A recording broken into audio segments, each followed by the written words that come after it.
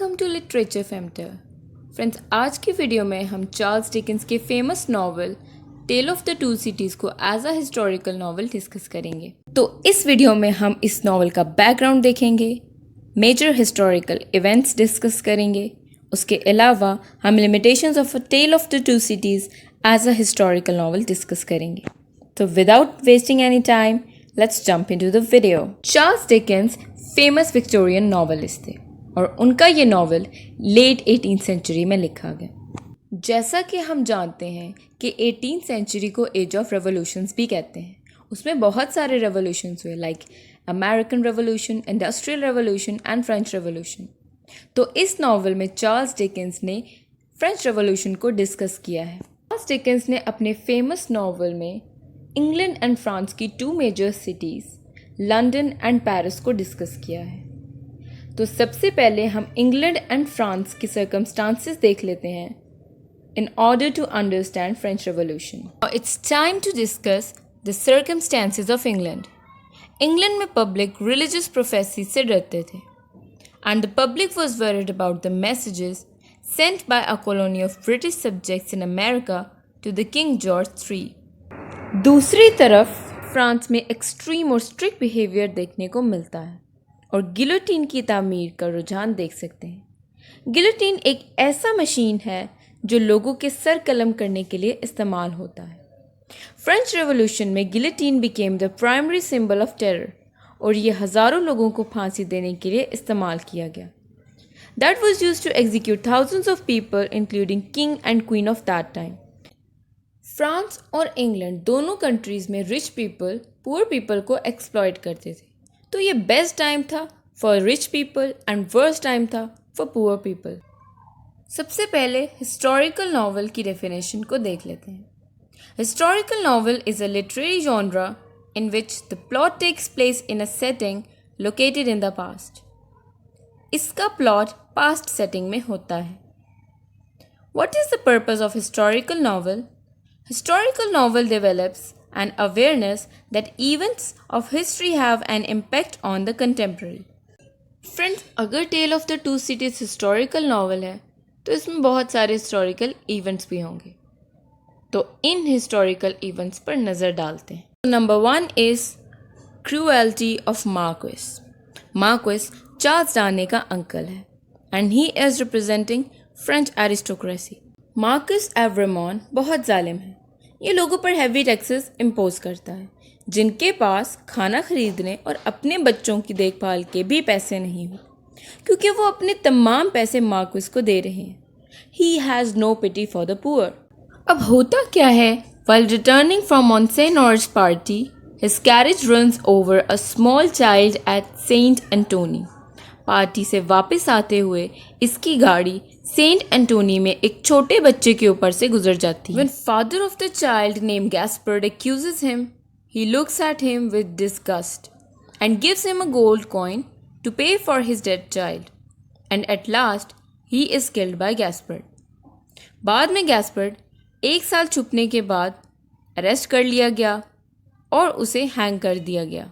Incident ये है कि जब मार्क्विस एक पार्टी से वापस आ रहा होता है तो एक बच्चे के ऊपर से उसकी गाड़ी गुजर जाती है और उस बच्चे का फादर गैस्पर्ड जब उसे एक्यूज़ करता है तो मार्क्विस उसे गुस्से से देखता है और एक गोल्ड कॉइन देता है ताकि वो उसकी डेथ के लिए पे कर सके। और लास्ट में गैस्पर्ड उसी को मार्क्विस को मार देता है और उसके बाद उसे भी हैंग कर दिया जाता है। नेक्स्ट हिस्टोरिकल इवेंट है फॉल ऑफ बेस्टियल। एरिस्टोक्रेट्स हर तरह से पुअर पीपल को एक्सप्लॉइट करते थे, ऑप्रेस करते थे और जो लोग भी गवर्नमेंट ऑफ फ्रांस के खिलाफ आवाज़ उठाते थे उन्हें बेस्टील में कैद कर लिया जाता था। सो लोगों ने सोचा सबसे पहले बेस्टील को ही ख़त्म किया जाए और लोगों ने यानी कि अवाम ने सबसे पहले बेस्टील को डिस्ट्रॉय किया और इन लोगों को मसियर डिफार्ज और उसकी वाइफ मैडम डिफार्ज ने लीड किया। तरह के वेपन्स के साथ रेवोल्यूशनरीज यानी इनकलाबियों ने 14 जुलाई 1789 में बेस्टील पर अटैक किया। अब इन रेवोल्यूशनरीज ने गवर्नर को पकड़ लिया and brought him to Defarges madam and monsieur. अब इस क्राउड ने गवर्नर को इतना हार्डली ब्लो किया that he died suddenly.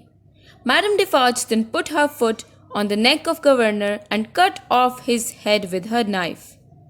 They released 7 prisoners and beheaded 7 guards and hoisted their heads on the pikes. उन्होंने 7 कैदियों को रिहा किया और 7 मुहाफिजों के सर कलम करने के बाद पाइक के ऊपर लहराया। पाइक एक वेपन है जिसे उस टाइम यूज़ किया गया। नेक्स्ट हिस्टोरिकल इवेंट है डेथ ऑफ जोसेफ फ्रांकोis फूलन। ये एक फ्रेंच पॉलिटिशियन था। This leader faked his own death ताकि पीजेंट्स की फ्यूरी को अवॉइड कर सके, बट इसको कंट्री में ही रेवोल्यूशनरीज ने जिंदा डिस्कवर कर लिया। ये रेवोल्यूशनरीज मैडम डिफार्ज के कहने पर ही उसे ढूंढ रहे थे। अब इन रेवोल्यूशनरीज ने फ्यूलन को फर्स्ट टाइम जब हैंग किया तो रोप्स टूट गए and he died at the 3rd hanging. Next historical event is burning of chateau of marquis. अब रेवोल्यूशनरीज ने मार्क्विस के पैलेस को जलाने की साजिश की in the French countryside. अब एक आदमी है गैबल नाम का, इसे मार्क्विस की एस्टेट का चार्ज दिया जाता है।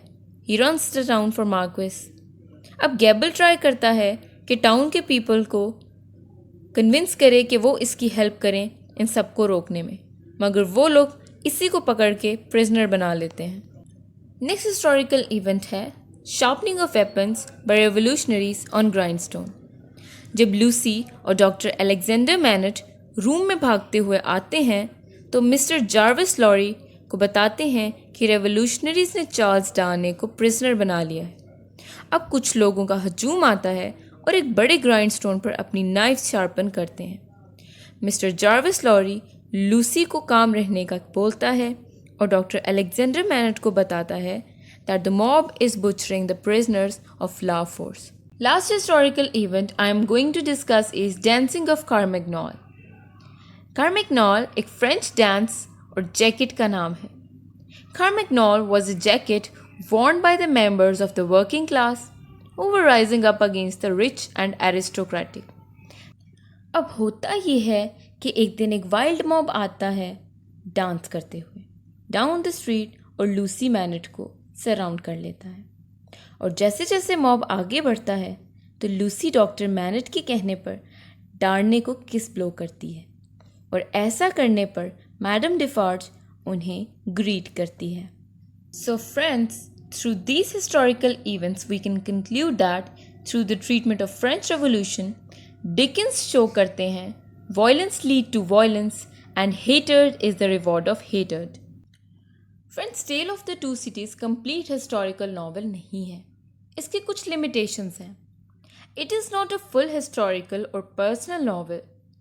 It is basically a tragedy written in background of French revolution. It depicts the fortunes and misfortunes of some individuals who are drawn into public events. It is impossible to take the French Revolution as the theme of the novel. Despite all its melodramatic, injustice, barbaric, and historical scenes of revolution, we can unhesitatingly state that A Tale of the Two Cities is a genuine and realistic tragedy. अब limitations of Tale of the Two Cities as a historical novel discuss करते हैं। Number 1. It attempts no real panoramic view of either the English or French political world. उन critical years में जो conditions English और French political world में थी, हमें उसका real panoramic view देखने को नहीं मिलता। इसके comparison में अगर देखा जाए तो डिकेंस ने जो पहले novel लिखा बार्नाबी रज, its precursor in the use of popular uprisings was so much thorough in that respect. Its limitation is that Charles Dickens gives us no connected amount of French Revolution. उन्होंने हमें ना तो इसकी प्रोग्रेस के बारे में बताया है और ना ही इसके एंड पॉइंट के बारे में। उन्होंने एक shattered amount of principal episodes तो दिखाए हैं, मगर स्टिल ना तो प्रोग्रेस के बारे में बताया और ना ही फ्रेंच रेवोल्यूशन का and point. Next limitation is that he doesn't give a systematic analysis of the causes of French revolution. उन्होंने हमें सिर्फ फ्रेंच रेवोल्यूशन के हॉरर्स दिखाए हैं। उन्होंने हमें एक systematic analysis of causes of French revolution नहीं दिया। Last limitation is that he takes no notice of the historical personalities like Napoleon. हमें उस टाइम के फेमस पॉलिटिकल पर्सनैलिटीज के अटेम्प्ट्स का ब्रीफ अकाउंट नहीं दिया। तो फ्रेंड्स, ये थी हमारी आज की वीडियो। आई होप आपको ये वीडियो पसंद आई होगी. पर्सनली से thanks for watching. If you like my video, hit the like button. If you want more videos, subscribe to my channel. And if you have something to say, please leave a comment.